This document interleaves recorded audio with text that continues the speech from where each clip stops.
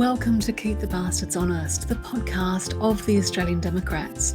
I'm your host, Elana Mitchell, and on this episode, we react to the fall of the Perrottet coalition government in New South Wales.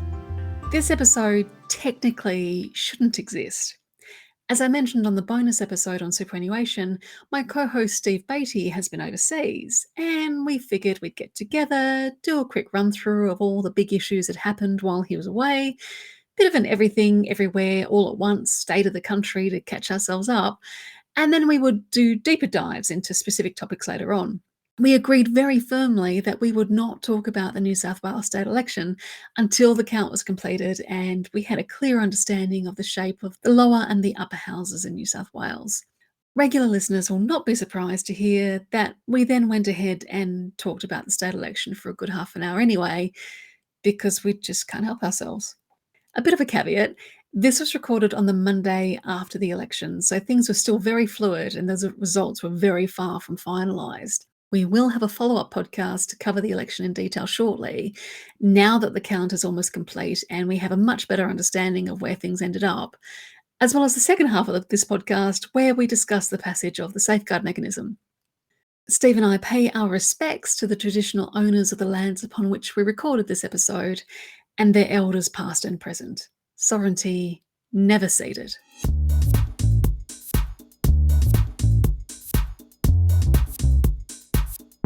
So, Steve, it's been a while. You've been overseas, and I have.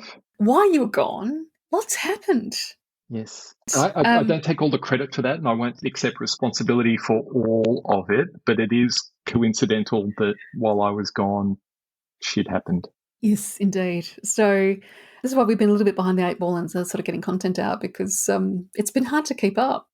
We are going to have a Labor government in New South Wales, first time in 12 years. It means that all mainland state governments and the federal government are Labor. The only non-Labor government is in Tasmania, which is Liberal. There are no Nationals in any government anywhere in the country. And of course, in the ACT, you have a coalition of Labor and the Greens in that parliament. But a pretty significant shift that's taken place in New South Wales. But as you say, we will get into it in more detail once the final results are in. And that's a very good point. So we haven't had sort of wall-to-wall mainland Labor governments since 2007. It's been a while. There you go. Welcome to the Labor fold at last, New South Wales. The coalition government in New South Wales came to power in 2011 on a promise of improved integrity after a number of corruption scandals with the former Labor Party government in New South Wales. And it was 6 months into the new government before the first resignation on corruption. We've had two of the premiers in that period resigned over corruption issues. Deputy Premier, a bunch of others along the way. There was a nice issue of the 7am podcast the other day, which attempted, I think it was Thursday or Friday before the election, which attempted to run through the various controversies. Matt Keane on Saturday night described them as barnacles. You pick up barnacles along the way in politics, and I thought that's an interesting way to refer to scandals and corruption, Treasurer, but it took quite a while. They spent sort of 25 minutes and still didn't get through all of them. But that was our integrity government. Let's face it, though, New South Wales has had a history of corruption since the first boat showed up. You guys are kind of the Chicago of Australia, aren't you? Yeah. It was funny because I know that you tweeted you were very nervous in the lead up to the New South Wales election, that you weren't sure if nobody seemed confident that they would actually get a majority. But it was really interesting because I know that the news poll for New South Wales was published on the Friday night, and it was something like 54.5 to 45.5 if memory serves. And when I saw that, I just went, thereabouts. Oh, no, they're fine. Yeah. And it was weird because in the past I have not trusted news poll at all. But swings of like a gap of that size, I just looked at it and went, yeah, no, there's going to be a swing on. And it's funny, I was so comfortable about the whole thing that it wasn't until I think about 5 or 6 o'clock my time, or possibly even earlier than that, that it occurred to me to check the results. I think I tuned in just in time for Anthony Green to call it, and Oh, for it to okay. be not quite a bloodbath. I mean, I think everyone's expectation of bloodbath has changed dramatically It's since the changed WA since election. WA. Yeah, indeed. I mean, because I remember in the lead up, the fine people at the Sydney Morning Herald and others were Mm, running the whole, they need to get at least 9 seats to take power. That's just impossible. yeah, I can't see where they do that. Yeah. No, cannot see the seats that will fall to them for that to happen. And it looks like it will. So I think a few journalists are telling on themselves there. Like looking at the results, there's some really close ones. So one of the ones that I've been watching in particular is the seat of Miranda in New South Wales.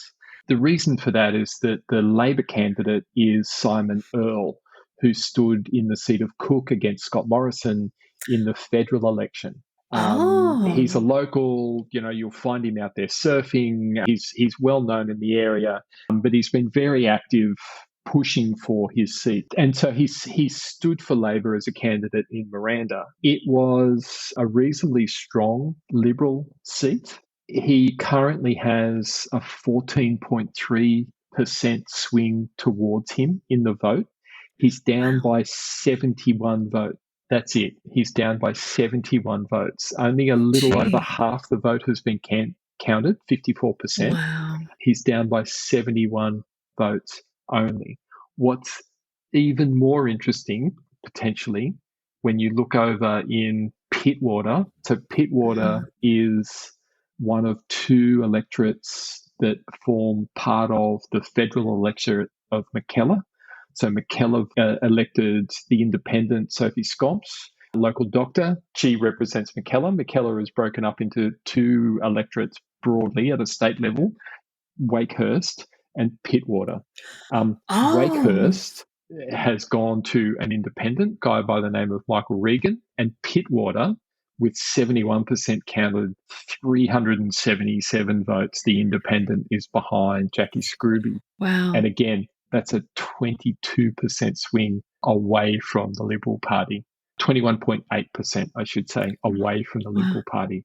Now, that's again, like, these are really interesting results, and we will get into them when we actually talk about it and this stuff's finished. But just a couple of results to look at and go, that's fascinating, and just to see what's happening with some of these. Because one thing that has surprised me, like going through these preliminary results and particularly looking at the seats that are essentially decided, even though only 50 or 70% of the count's done, is the massive swings. Yeah, they're big. Yeah, Massive. yeah. Some of them And, are really quite big. and I think WA is an Sure. outlier. South Australia, Victoria, New South Wales, federally, and even Queensland, I mean, that was a Labor government retaining government. The swings against the Liberals, sorry, the coalition, the non-Labor parties, even in places like Victoria and Queensland where a Labor government was fighting to retain government, the swings against the oppositions in those states has been massive and Yeah. fascinating. I mean, I think it's really going to get to the stage where we are going to have to re-baseline what counts as a marginal seat, because 20% isn't safe anymore. No. And look, I mentioned Wakehurst a minute ago. So Michael Regan, who's the independent there, was winning on the primary vote. He actually attracted more primary votes than the Liberal Party. This was the seat of the Health Minister, Brad Hazzard. So he Oh, had announced that he was retiring. Toby Williams is the new Liberal candidate. So he's a new candidate for the electorate. But the swing against the Liberal Party was 23.3%. far There's a out. massive swing against them. And it looks like Michael Regan will take that seat. Certainly on the basis of where it is at the moment, he will end up with 55% of the two-party preferred vote, Good and Lord. win that. He was the local mayor.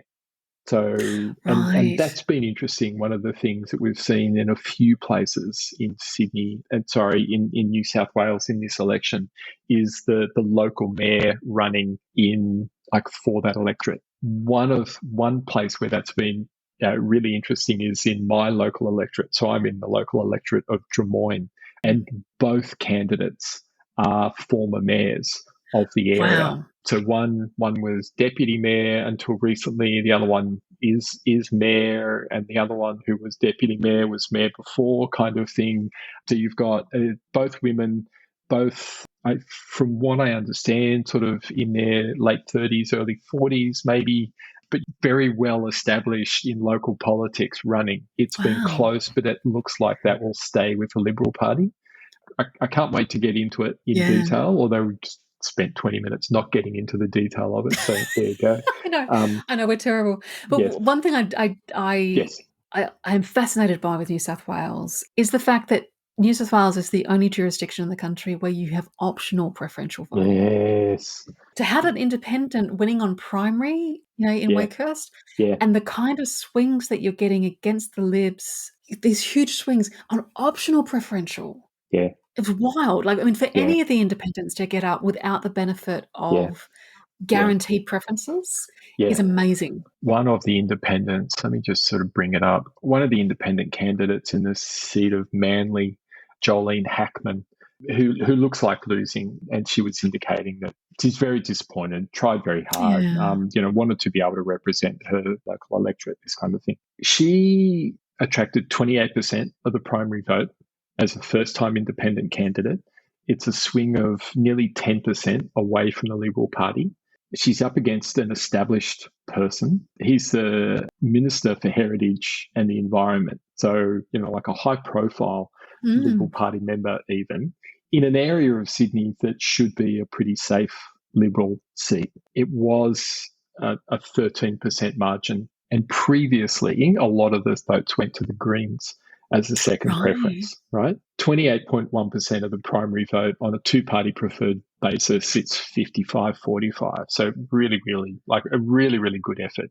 Wow. And she was saying like she's really disappointed that she's like she hasn't gotten up and thanks to the volunteers and everyone, like as you do. But I don't think you can underestimate the importance of taking a safe seat with a double-digit margin that's been held by a party for ages that they would have considered safe.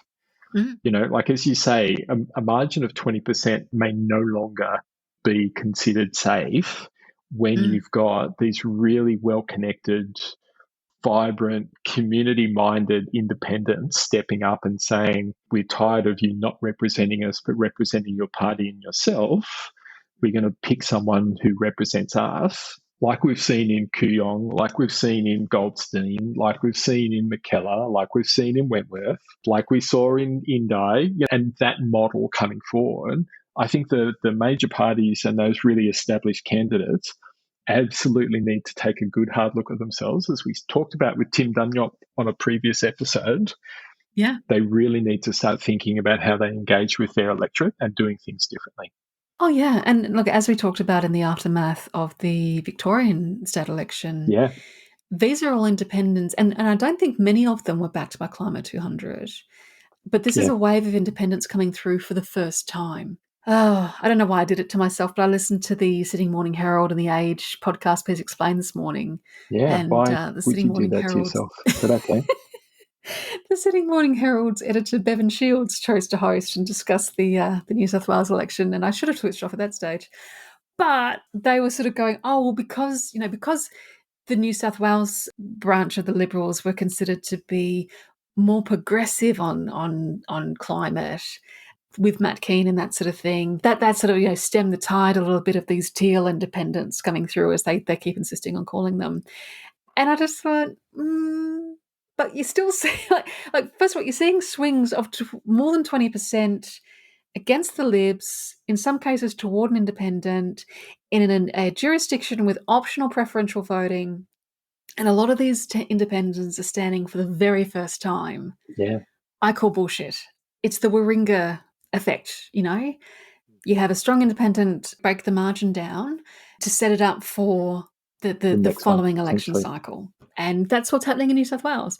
And again, people overlook, because the federal result was so incredible, people overlooked all the groundwork that people like Cathy McGowan, Helen Haynes, Yep. James Matheson, Karen Phelps did Yep. in the lead up to the 2022 election, where all of these independents broke through. Like it's not some sort of bizarre, or not bizarre, but it's not some miracle where all those electorates collectively lost their minds and suddenly voted for an independent for no reason. That's right. A lot of groundwork had been done over 2 or 3 cycles to get that's there. right. And nor did they sit down, like to that last point, nor did they sit down at Christmas at 2021, 22 and go, what do you reckon? Like, should we do something? It's years in the making. And like, even so, like if you come back to the federal election, there were a number of candidates who were successful. Cheney in Curtin in WA, and Zoe Daniel and Monique Ryan. There's a few that got through. There were a few that came really close.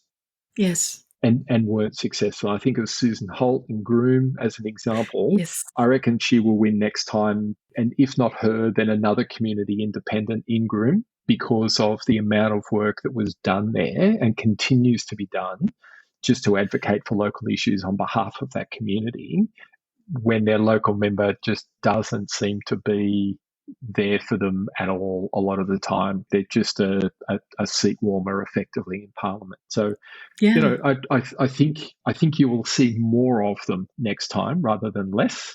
I think you'll see less Liberals and Nationals in the Parliament next time rather than more. I think we'll start to potentially see some Labor politicians looking over their shoulder at what's coming at them from a community independent, especially some of those ones who just seem to be making up the numbers. So, yes, yeah, and particularly if Labor keep going down, the path that they're going down on action on like I said, like the one thing they've got a mandate on, which is action on climate change. Yes, and that's before we get into the pissing up the wall of political capital on stuff like AUKUS, which will be a podcast for another time. And failing to act on things like the welfare system, like and the level of benefits for people on disability, for people on New Start or job seeker allowance, like those sorts of things where we've got people intentionally being forced to live in destitution on these sort of sub-poverty benefit levels, whilst we hand-wring over, we can't do everything. But somehow we can spend $350 billion on submarines that we'll get in 40 years' time. Yeah, or the statutory tax cuts next year. That kind of thing will get tired for people. If we hit the next federal election in 2025 and that sort of stuff hasn't been addressed, we haven't reset those level of the benefits so that those people aren't living in poverty. If we've gone ahead with the statutory tax cuts, which still feels like someone's going to pull aside the curtain and go, ha ha, fooled you any moment now. But like if they do go ahead with those things, we've basically missed our window. As an example, we've missed our window to put forward a windfall profits tax on gas and coal companies. That's gone. That's this financial year. If we won't do it now, then we miss that opportunity. Prices are going back down again. There won't be the windfalls. We'll put a windfall profit tax in place just as there's no profit anymore. We've missed that opportunity. Those aren't the sort of thing that will cement your place in Parliament. Those are the sorts of things that will call you into question. And I really wouldn't be surprised if Labor finds themselves under a bit of pressure, and including from Simon Holmes à Court and Climate 200. I'm sure he's sitting there tonight going, I am deeply disappointed, and we need to start putting pressure on them ahead of the next election. Yeah. And as confident as I can be 2-3 years out from 2 years out from an election, that Labor will be returned in 2025. But I think that it's quite likely they'll be returned in minority, and the coalition will still form opposition. But I think there'll be a big shift in well, let's call it the balance of power. I mean, we've seen over the last decade the fracturing of our political system in some ways. The media hasn't caught up to it, as Tim Dunlop said to us. They're still doing the 2-horse race thing. Yep. But it's quite possible that in the 2028 election, you might have a different coalition emerge, like Labor may not be able to govern in minority with security of supply Could we get a from three-way stalemate independence. with That's a the one. green-backed independent crossbench Yeah. versus Labor versus a coalition with a third each? Yeah. Could we end up? Yes, Could we end exactly. up with something like that? So a Yeah. bunch of climate-minded independents siding with the Greens on the crossbench as a block coalition Yeah. with Labor with, like Yeah. 30-30-30 kind of thing. Is that Yeah. what we're is Yeah. that what we're That's what talking I about? yes. Thank you for summarizing that, Wow. because that's what I had it in my head and I couldn't quite articulate it. But yes, exactly. Like I was thinking of sort of European parliaments Mhm. where it's perfectly normal to have a That's right. coalition of 4 or 5 minor parties Yeah. forming government. And Yeah. I reckon that's the path we're going down. And that's before we get into the absolute zoo that the Senate will turn into as well. Labor does not have time to sit on its laurels Yeah. and, I had to tell you you that know, Malcolm Roberts is in the Senate alongside Pauline Hanson. The federal Senate is already a zoo. you're quite right. Yeah. Yeah. And what's that guy from the UAP? Babbitt. Babbitt, thank you. Babbitt. Yeah. Yeah. So But I agree that the fracturing of the Senate is likely.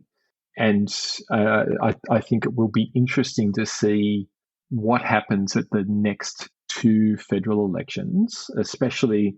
I have to say, I'm completely pessimistic about Peter Dutton's chances of winning an election. Peter Dutton's best chance of winning an election is to not be in charge, I think.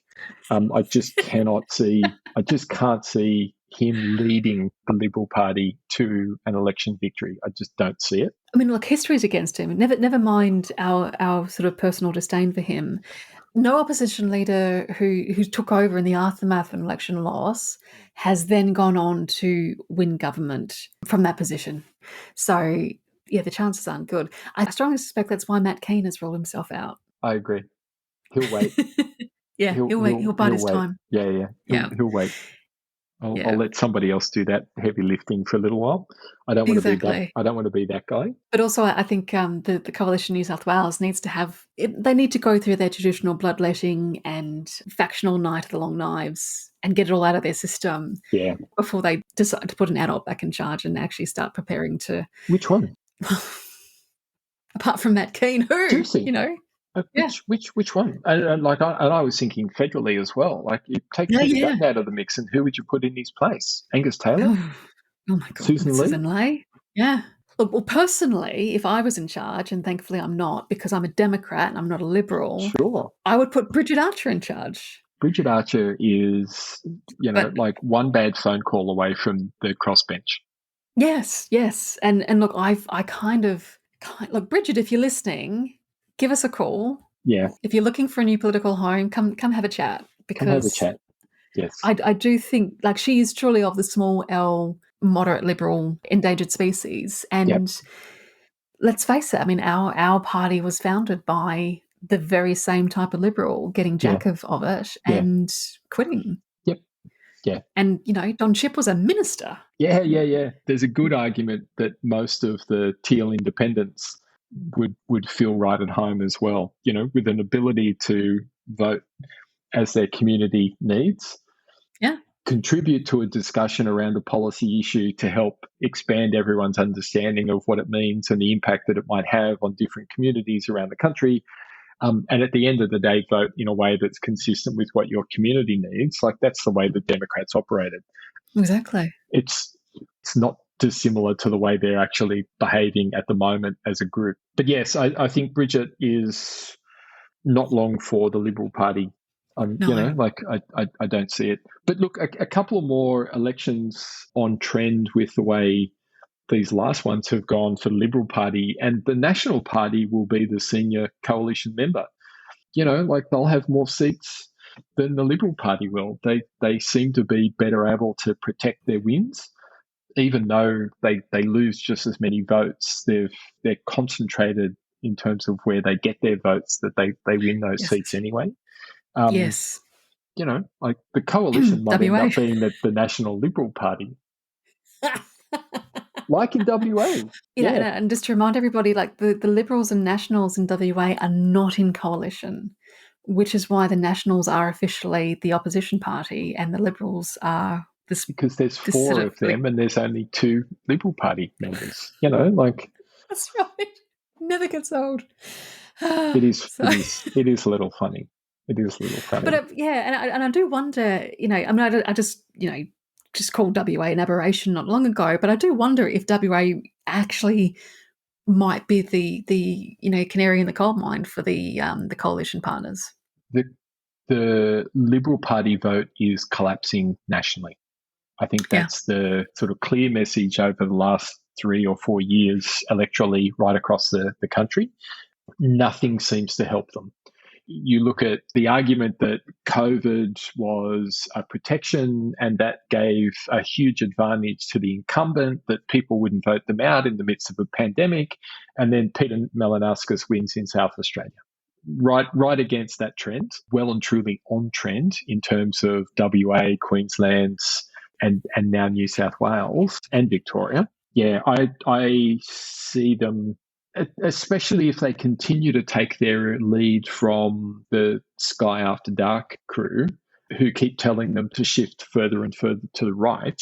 And we weren't going to talk about Nazis on this episode, but that's where they're suggesting that they go. The analysis on Saturday night and yesterday about the New South Wales election was that, of course, they lost because the Liberal Party was trying to out-green the Greens in New South Wales. Now, the absurdity of that statement is huge. Rowan Dean doesn't seem to understand how elections work. He was sitting there on Saturday night going, the Liberal Party weren't giving the people of New South Wales what they wanted. What they wanted was something else. And so they voted for Labor, even though that's not what they want. He was halfway there. He was halfway there, yes. The Liberal Party was not giving them what they want, sure. No. Yeah. But the pretzel he was contorting himself into to try and suggest that the good people in New South Wales voted for Labor, the Greens, and Independents because they wanted something totally different from what those guys are offering as a stretch. But oh goodness, daylight saving sadly still has not finished for you, so it is getting close to pumpkin time, and we should probably let you go. It's been a pleasure once again. Thank you so much. It was delightful, and it's great to have you back in the country. Thanks very much.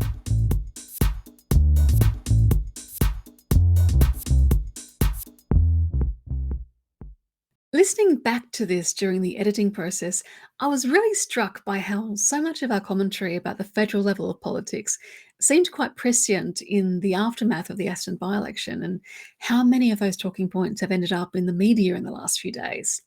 We'll be chatting with our Victorian lead Senate candidate and Victorian Communications Officer Leonie Green about the Aston by-election, and as I said at the top of the episode, we'll have a deep dive into the New South Wales state results now that they're almost finalised. Stay tuned for the second half of this episode, where we discuss the passage of the Safeguard Mechanism. Keep the Bastards Honest is brought to you by the Australian Democrats. This episode was edited and produced by me, Elana Mitchell. If you'd like to keep in touch, you can find us on Facebook, Twitter, Instagram, YouTube, and LinkedIn by searching for Australian Democrats. And you can see what we stand for, what we value, and what our policy positions are at our website at democrats.org.au. Until next time, thanks for listening.